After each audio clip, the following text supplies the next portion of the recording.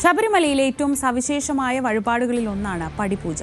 ആധ്യാത്മികവും ആത്മീയവുമായ അർത്ഥതലങ്ങൾ ഉൾക്കൊള്ളുന്ന 18 പടികളെ പൂജിക്കുന്നതിനാലാണ് പൂജ ശ്രേഷ്ഠമാവുന്നത്.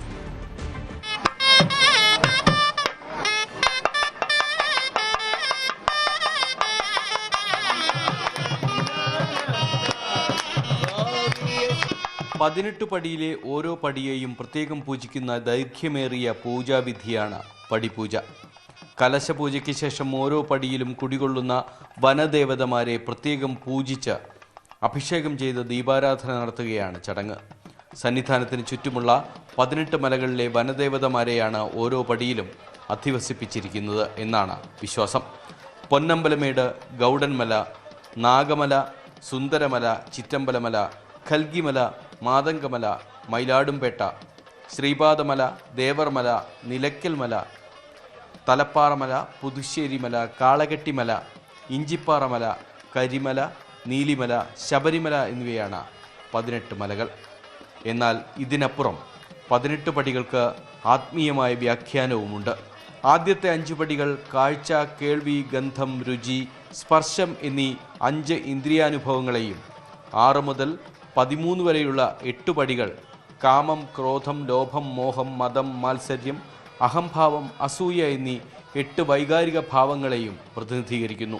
14 മുതൽ 16 വരെയുള്ള 3 പടികൾ സത്ത്, രജസ്, തമസ് എന്നീ 3 ഗുണങ്ങളെയാണ് പ്രതിനിധീകരിക്കുന്നത്. 17-ാം തൃപ്പടി അവിദ്യയെയും 18-ാം തൃപ്പടി വിദ്യയെയും പ്രതിനിധാനം ചെയ്യുന്നു.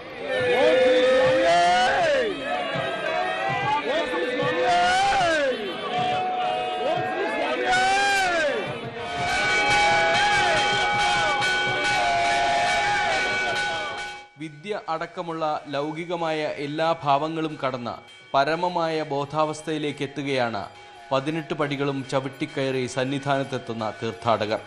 അതുകൊണ്ടാണ് 41 ദിവസത്തെ വ്രതനിഷ്ഠയ്ക്ക് ശേഷം ഇരുമുടിക്കെട്ടുമായി വരുന്നവർക്ക് മാത്രമായി 18-ാം പടി കടന്നുള്ള ദർശനം പരിമിതപ്പെടുത്തിയിരിക്കുന്നത്.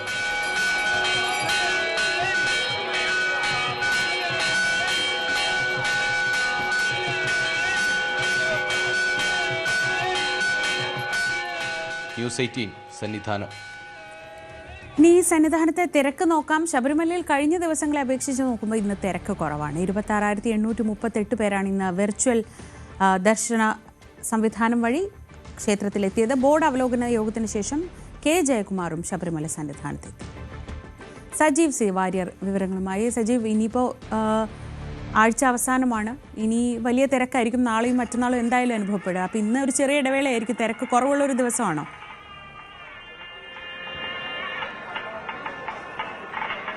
ശ്രീജ, ഇന്നലെ രാത്രി നേരിയ തോതിൽ തിരക്ക് കുറഞ്ഞതിന്റെ പ്രതിഫലനമാണ് ഇന്ന് രാവിലെ അനുഭവപ്പെടുന്നത്.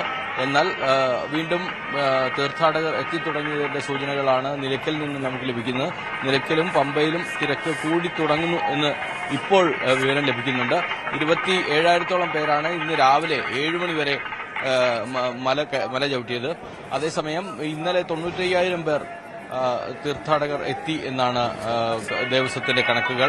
ഏതായാലും വരും ദിവസങ്ങളിൽ ഇപ്പോൾ ശ്രീജ പറഞ്ഞ പോലെ തന്നെ ആഴ്ച അവസാനമാണ്, അവധി ദിവസങ്ങൾ വരുന്നു. ഇപ്പോൾ ആ സമയത്ത് കൂടുതൽ തിരക്കുണ്ടാവാൻ സാധ്യത ഉണ്ട്. അതിന് തൊട്ടു മുമ്പുള്ള ഒരു ആശ്വാസം എന്ന നിലയിലാണ് ഇന്നലെ തീർത്ഥാടകരുടെ എണ്ണത്തിൽ കുറവ് വന്നത്. എന്നാൽ നിയന്ത്രിതമായ രീതിയിൽ തന്നെ തീർത്ഥാടകരെ മലയിലേക്ക് കയറ്റിവിടാനുള്ള ഒരു സംവിധാനമാണ് പോലീസും ദേവസ്വം ബോർഡും അടക്കമുള്ള അധികൃതർ ഏർപ്പെടുത്തിയിരിക്കുന്നത്. അതായത് പമ്പയിൽ നിന്ന് തീർത്ഥാടകരെ മല കയറ്റുമ്പോൾ സന്നിധാനത്ത് തിരക്ക് അനുഭവപ്പെടാത്ത രീതിയിൽ സംവിധാനം ഒരുക്കുകയാണ് ചെയ്തിരിക്കുന്നത്. പമ്പയിൽ നിന്ന് അതുപോലെ നിലയ്ക്കൽ നിന്ന് വാഹനങ്ങൾ കടത്തിവിടുമ്പോഴും ഈ ജാഗ്രത പുലർത്തുന്നുണ്ട്. ഒപ്പം തന്നെ സന്നിധാനത്തേക്ക് മരക്കൂട്ടത്തും അതുപോലെ ശബരിപീഠത്തിലുമെല്ലാം തന്നെ നിയന്ത്രിതമായ രീതിയിൽ ആളുകളെ കയറ്റിവിടുന്ന ഒരു രീതിയാണ് ഇപ്പോൾ നമ്മൾ ദൃശ്യങ്ങളിൽ കാണാം. തീർത്ഥാടകർ തിങ്ങി നിറഞ്ഞു നിൽക്കുന്നുണ്ടെങ്കിൽ പോലും അവർക്ക് സുഗമമായ രീതിയിൽ കയറി 18-ാം പടിയിൽ ദർശനം നടത്താനുള്ള സാഹചര്യം ഒരുങ്ങുന്നു. ഇപ്പോൾ ഉഷപൂജയുടെ സമയമാണ്. തീർത്ഥാടകർ സന്നിധാനത്തേക്ക് ഒഴുകിയെത്തുന്നുണ്ട്. ഇന്ന് രാവിലെ വീണ്ടും തീർത്ഥാടകരുടെ എണ്ണത്തിൽ വർധനവുണ്ടാകുന്നു എന്ന സൂചന ഇപ്പോൾ ലഭിക്കുന്നുണ്ട്. അതേസമയം ദേവസ്വം പ്രസിഡന്റ് കെ ജയകുമാർ ഇന്നലെ സന്നിധാനത്ത് എത്തിയിരുന്നു. എരുമേലിയിലെ അവലോകന യോഗത്തിന് ശേഷമാണ് അദ്ദേഹം എത്തിയത്. ഇന്ന് അദ്ദേഹം ഇവിടെ തുടരുന്നുണ്ട്.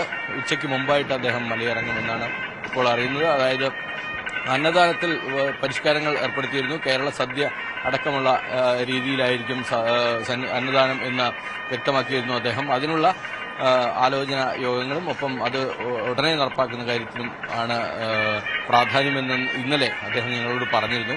ഏതായാലും സുഗമമായ രീതിയിലുള്ള ദർശനം സാധ്യമാക്കുന്ന പ്രവർത്തനങ്ങളിലാണ് അധികൃതർ. ശരി, സജീവ് സി വാര്യരാണ് വിവരങ്ങൾ നൽകിയത് ശബരിമല സന്നിധാനത്തിൽ.